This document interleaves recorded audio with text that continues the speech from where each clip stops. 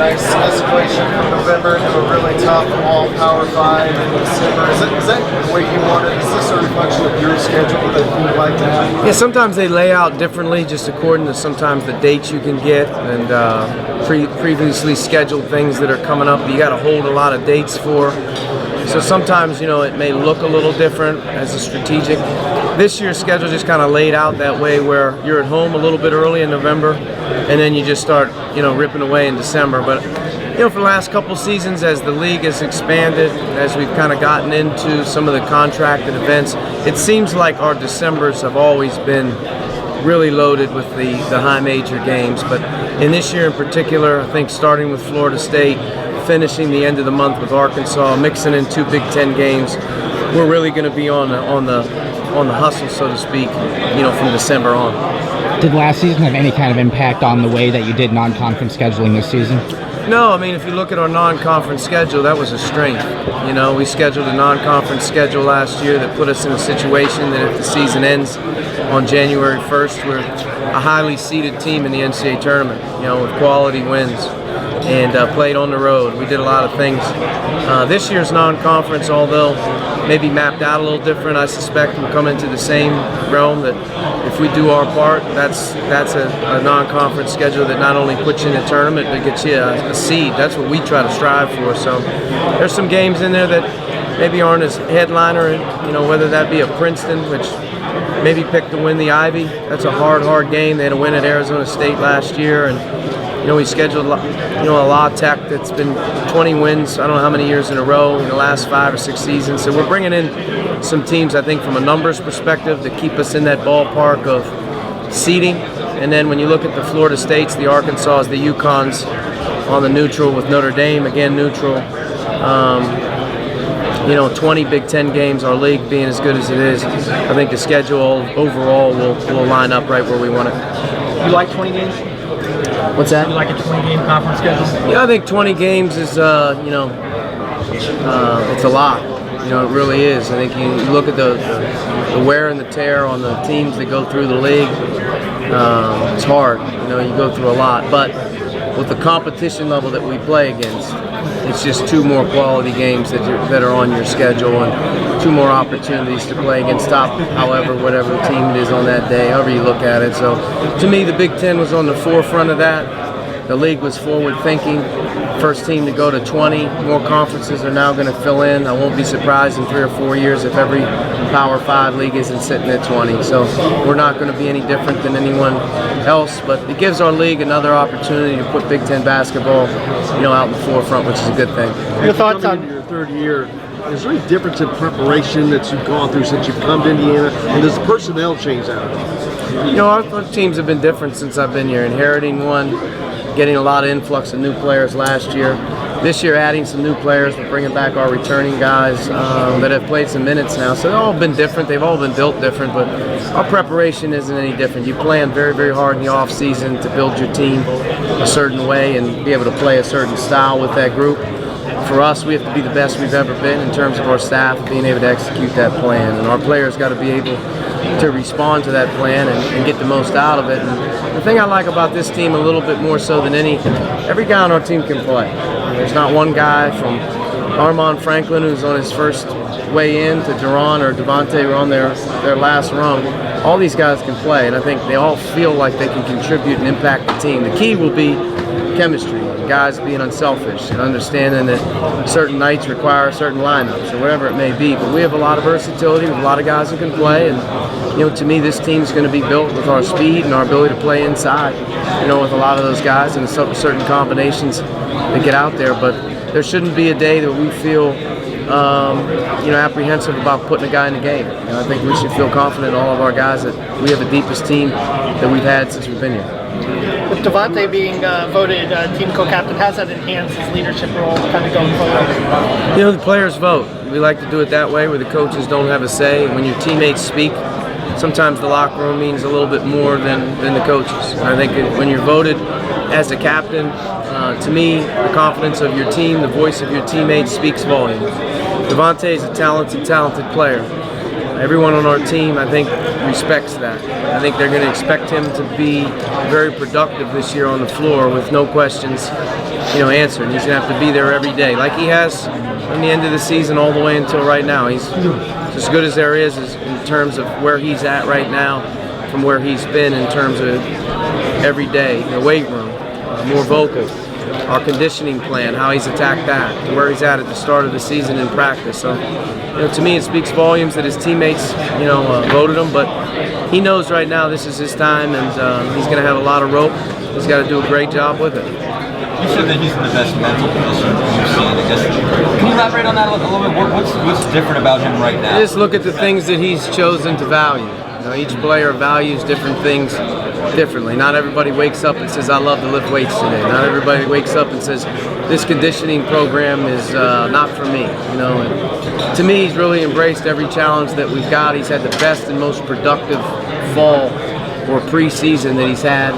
And I think this summer he did a nice job. And if you look at him, he's going to have to play a couple different roles for us this year. Not only is he going to have to handle the ball and do some things that he's done in the past, but Devante's a natural scorer. He views himself like that, and he's going to have to score the ball for us this year as well. How Durham was the other guy? How Durham was the other captain now?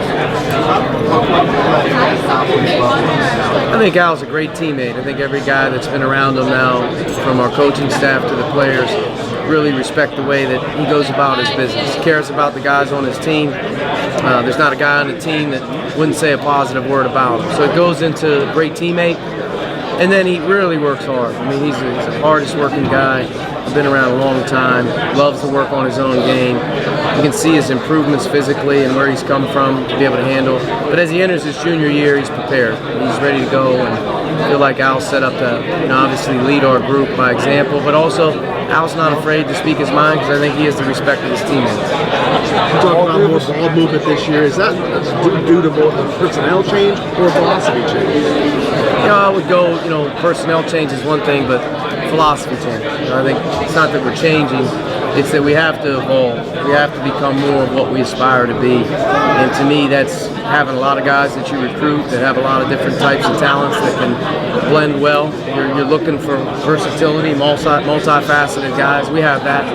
And you know what? We got to play that way. The ball's got to move. Got to have a lot of different guys that can contribute. To me, maybe there's not headliners on the paper that everyone's looking at. Maybe there's a lot of guys like that. I'm hopeful that this team gets the most out of everything rather than one or two or three guys that you can say, boy, these guys are their main guys. Maybe we have a lot of guys that contribute. To me, that's a team that can be dangerous in this league because you need a lot of different contributions on a given night in this conference because it's so hard. You talked about the front court being a strength, the front court being a strength for you guys, but who do you think can hit the threes to make sure the teams aren't just packing it in against you guys? Well, I think there's two guys that hopefully, knock on wood, that can become more bona fide shooters for us in Devante Anderson. I think Jerome Hunter being on the perimeter, being on the wing area, of having another guy. Both those guys have to contribute from the three-point line. They're good at it. I think our guard core has got to be able to shoot the ball better. If you look at over the course of time when we've had our big wins or had opportunities to play well, we've had perimeter scoring. We've had perimeter guys make threes. If you just take some of the games, whether it's Michigan State on the road or at home, multi-numbered games where you hit 10-plus threes. That's a big deal in college basketball, is being able to shoot it. And if you look at Robert, Devante, Al, even Armand coming in as a young player, add Jerome and add Devante. Those guys, those six players, they have to be able to keep the defense honest, and they're all good shooters, so they should be able to do it.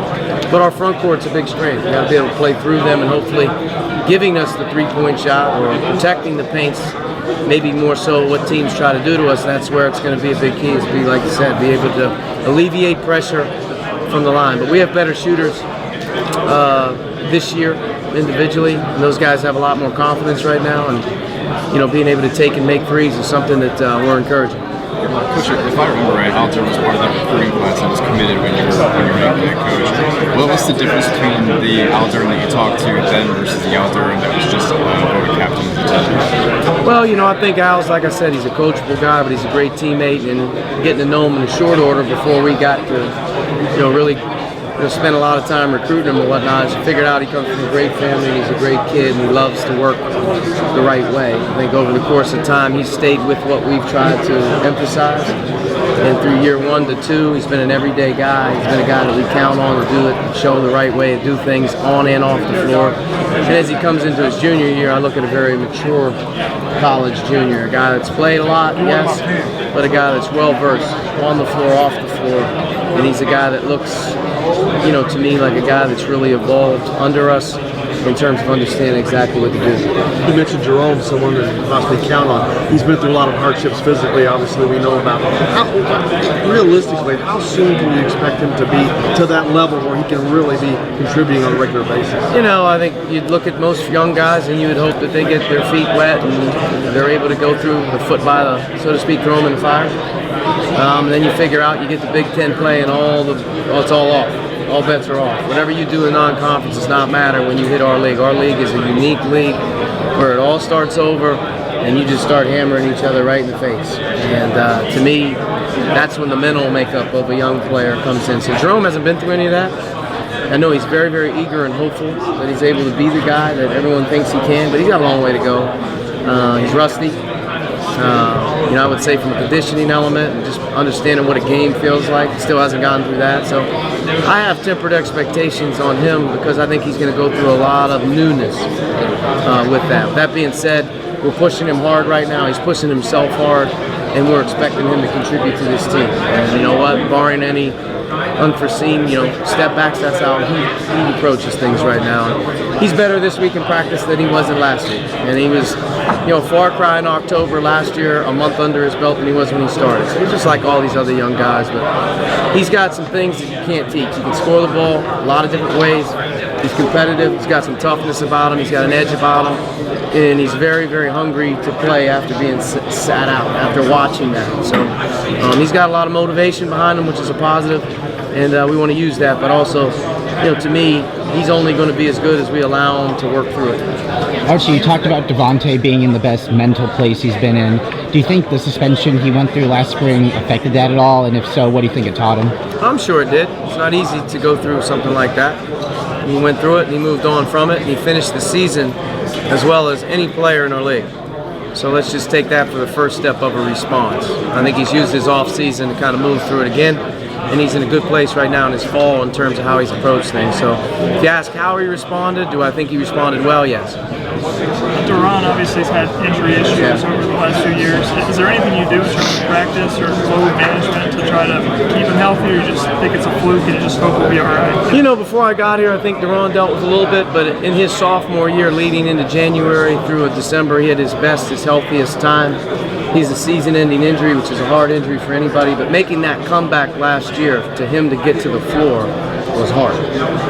From an October to a November where he started to play to a December where he was in and out a little bit, that was trial and error with him coming off of that injury. I think January, with an ankle and the lower body injuries that he had, he took some time to recoup in the middle of the year, which was a tough blow for us. But as you saw him come back in February, he showed his glimpses of him being himself. He's had a healthy off season. Right now, as he comes into the start of practice, I think to me, mentally he's ready to roll.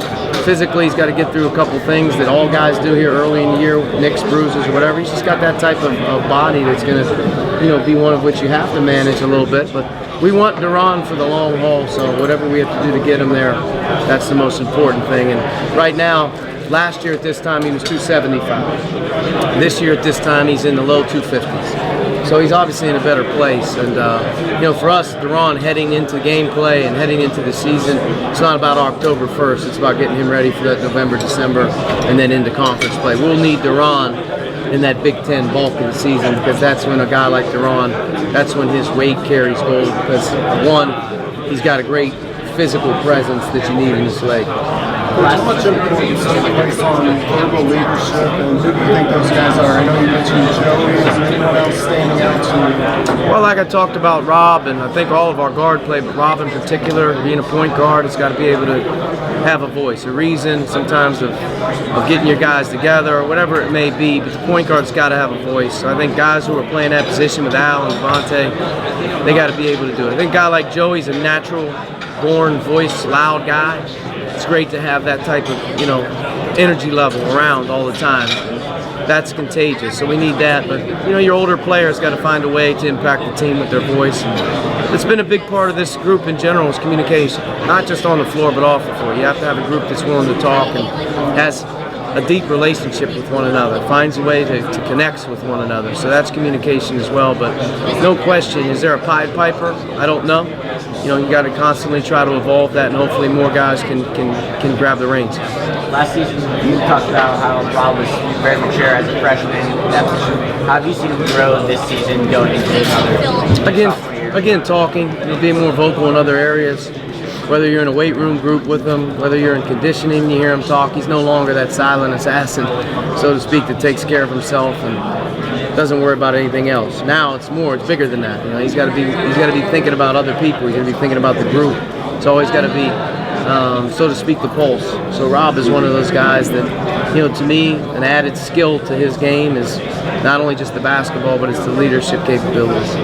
Obviously, with the three-point line being pushed back a little bit, do you feel like defensively with the scheme you guys play and also the size you have, that's advantageous with the line being pushed back? You got other plays in your hands a little bit? I'm not sure. We're going to approach our defense the same. We've always been a team that prides itself on obviously defending the three. Part of the defending the three is being good on offense and not giving the team a lot of transition opportunities, or being organized and being able to get back and keep the game in the half court. That's two. And I think the third thing is, protecting the paint. When you're a team that can really protect the paint and make things hard on the inside, hopefully you take challenge shots. So we're always going to be the same there, and we're a team that's going to teach our defense the same regardless of where the line is. The line will have an impact on some guys. It will have an impact, on others very little. But, to me, we haven't put too much thought in how the line moving back a foot or whatever it is going to impact the defense. It's hard for freshmen to make impact in the Big Ten, but Trace Jackson-Davis is someone that you're probably going to rely on quite a bit. What do you need him to do, and what do you need to get out of him this season? Yeah, Trace is going to play a pivotal role in us. He's a young player that's very talented, that's bringing a lot to the table, in terms of size, athleticism. But he has some different things that you can't teach. Timing around the basket, blocking shots, timing, finishing. Everything with him and finishing, in and around the basket, off the floor is quick. What he's got to do is learn how hard it is to, the longevity of a season, the longevity of a month of practice, the everyday grind. But we have high hopes for Trace. He's exceeded my expectations as a freshman here in the fall with how he's worked, with what he's not really stubbed his toe on in terms of what I thought maybe some bumps in the road that would knock him off course. He hasn't done that. Armand as well. Those two guys, as two true freshmen coming in, have really responded in the challenges here early. They're going to hit walls.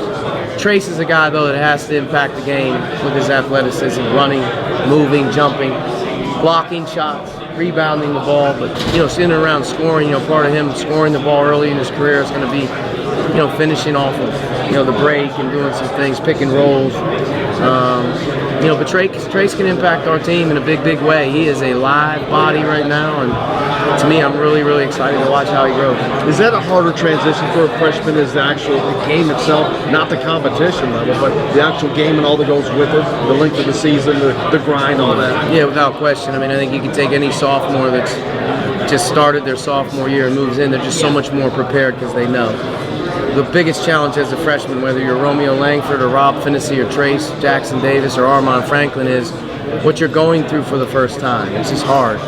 And the Big Ten is not an easy league because, to me, it's a league that prides itself on systems and style of play and cultures with older players, and you run into guys that have been doing it a lot longer than you. That being said, when you're as talented as a guy like Trace, sometimes you hope that trumps some of that learning curve, that he has such great ability. But Trace is as talented as a guy as I've been around, and he's got a great attitude. He's a great kid, and we're excited to have him. But I also will throw even Armand in there as a true freshman. He's really done a nice job.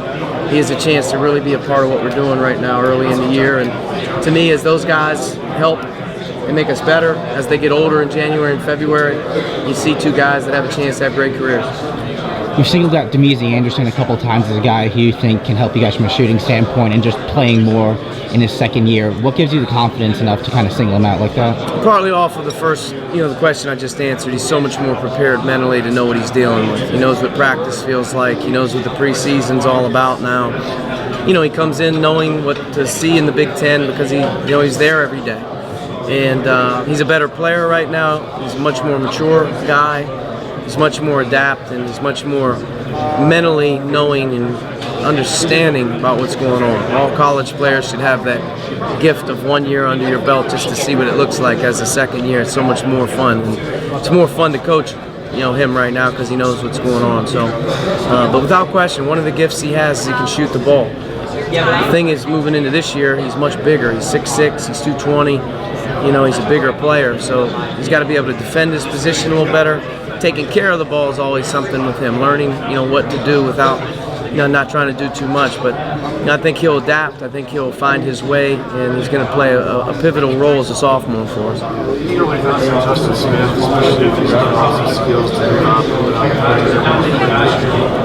Justin's a guy who's played in every game as a college player, so he has experience under his belt. What we need from Justin, to be honest with you, is leadership. Justin's got to be a guy that's used all that experience to help his teammates. Expressing himself more in form of leadership and togetherness and team. That's a big thing for him. He is so talented and so gifted that on any given night he could do something that is a Sports Center highlight. What we need from him is more of that blue-collar approach. He's a defender. I think he can be as good as anybody in our league, defending multiple positions. Offensively, he's got to play to his strengths. He's got to get out in transition, which means he's got to run hard. He's got to attack the glass, which when he does, it really impacts the game. And in some of our big wins, he's been a big part of what we're doing. So I think early on, understanding how important a role he plays, he's got to accept that and got to try to be who he is. And at the end of the day, play to win. Those are big things for him. Do you still give him a green light to shoot? Do you still give Justin Smith a green light to shoot? All of our players have a green light to what they earn. Justin's a guy that's going to have to find a way to keep the team, the defense honest. But with where we're playing, I think he's going to move all around. Putting him in a position to be successful is important. He seems like a really intellectual guy. Does he overthink it too much? He said the other day that he's too hard on himself. I can see that physically in the person.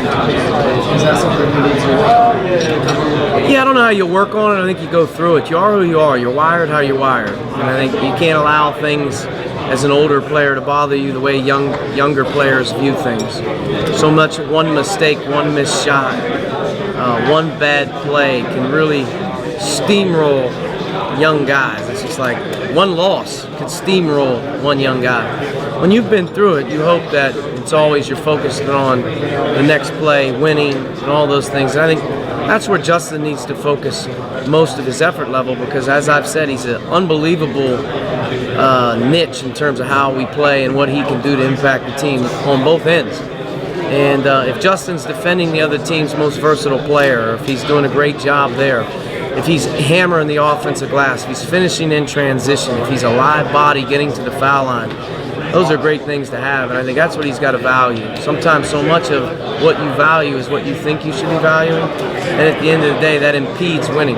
So when he impacts winning and he sees how that happens, that's what he's got to be consumed with. Last year's team was a lot younger than this year's team for the most part. Have you changed how you maybe approach coaching the team at all with the added experience of like 2 true freshmen this year? It's definitely a newer team. Last year having 5 true freshmen on the grind, 2 sophomores that really played a ton, and a new guy in Fitzner at the time. We had a lot of new bodies, but I thought that team competed hard at times and showed. What we lacked was maturity. What we lacked was mental toughness, going through adversity, things like that just really hurt you, and it really hurts your ability to keep progressing.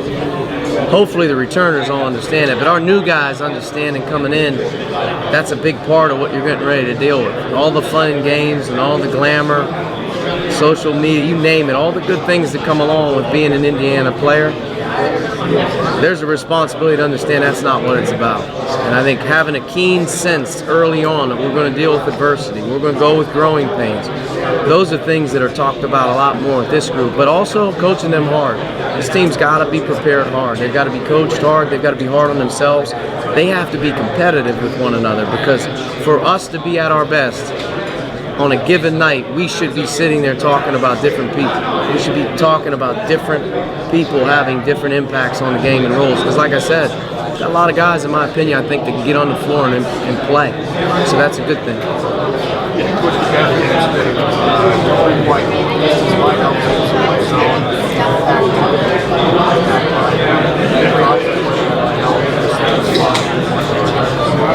Yeah, I mean, when we're good on defense and the three-point shot or the three-point field goal percentage defense is good, you're taking tough challenge shots or end-of-the-clock threes because you're making a team work, because you're not giving them anything easy in transition, or you're not giving them easy early opportunities. So if you work later in the clock, typically that shot's a little harder. But, I think, teams in general will have a philosophy. I think teams that work deeper into the clock, that make teams shoot challenge threes, maybe it has an impact on it. We'll see. I know they moved the line back a few years ago, and it's kind of like it never was moved back. So I think kids are growing up nowadays. Last 5, 6, 7 years, a three-point shot's like a layup. They start shooting that before they do anything else. So, to me, the three-point line, plays a big role. But to me, being able to defend it's a huge thing. Since you guys have experimented a bit with Al as the primary ball handler, how does that kind of affect your half-court offense when you compare Al running that to Devante or even Rob doing it? Al's going to play a lot more point this year. I think it's important that he does. He, to me, can push the ball and he has good tempo. But he looks at me when we talk about it. He knows what's going on. He knows what I'm looking for. And he can really, to me, continue to help our pace. With Devante, he's a guy that uses a lot of dribbles sometimes, and in cases sometimes he's thinking about scoring. I think maybe Al, as a facilitator and as a guy that continues our pace, can allow Devante off the ball a little bit more. So I see all three guys playing at the point. I see, me early on here really experimenting with Devante off the ball as much as it is early in the offense as possible. That gives him a chance to get down the floor. But Al will play off the ball as well. We have a good three-ring kind of circus there a little bit with those three guys. And, Rob, obviously, primary ball handler in his own right, does a good job running our offense. I don't think you're ever comfortable, but, I think at the end of the day, those guys finding a way and playing a bulk of the minutes will develop great chemistry. They'll have confidence because they know that they're going to contribute and play. And to me, that's as much as anything in this day and age is these guys knowing and understanding their role and playing and keeping a good camaraderie about them. But those four guys will play a role, and obviously Justin, Jerome, and Devante filling in on the perimeter a little bit more because we have such a stable, knock on wood, we have a stable of bigs that got to play. Yeah. Should be. He's impressive, man. He's an impressive kid, on and off the floor. He's a great teammate. Early on, it's very, very evident how likable of a player he's going to be at Indiana. He's not mean enough. He's not tough enough right now. He doesn't talk enough. That's my thing to him. But to go through a fall preseason and to be able to win that award, and to me, you could have had some arguments on who the second guy was, but as a true freshman, to participate 100% in everything that we've done, to be the leader in the two main conditioning elements of our fall camp, whether that's non-weight bearing on machines or whether that's running, him to be there, it's very unique to have a true freshman to be able to be your top guy. So to come in the door and find a way to make his mark early, he made his mark. He really did. He set the tone for how he works, the standard that he has for himself. There was no days off, and that's a great thing as a young player. Very few young guys come in and don't struggle early with something or don't have to learn how to work through it. His work capacity, his work ethic, man, it was impressive. So to me, that's a credit to him. But I think now the next step is, as a player, what he's really got to focus in on is taking that one thing and then learning what you want as a coach to get out of them, which to me is the more the vocal. And like he said, I don't even know what you're talking about half the time. How do you want me to talk about it? Just find a way to talk, you know what I mean? Just say something. You can always say something to be better. So he's a great kid.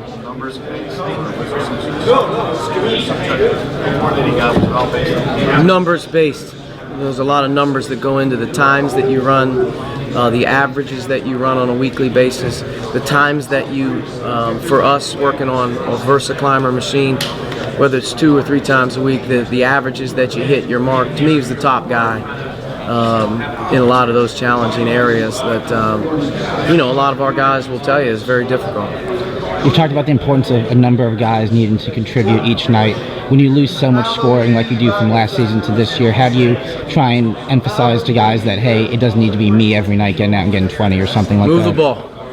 Move the ball, man. Move the ball. The more you share the ball, the more you move the ball, the more you pass it, the more you work with one another, the more guys are going to contribute. That's just the name of the game. That's how it works. And this team has got to be that type of belief. It's got to be that type of eccentric. You have to have possessions and times where it's 5, 6, 7 passes, 8 passes. And then you know what? When you're showing film as a team, the credit is given to the pass. The credit is given to the sharing. It's not the score. We need a group that has a team that scores a lot of points from a lot of different people. And you know what? Maybe that's one guy got 4 or 5 one night on the road. That's a big deal in the Big Ten if you can get somebody to come in there, get 5 or 6. At home, maybe it's 4 guys in double figures.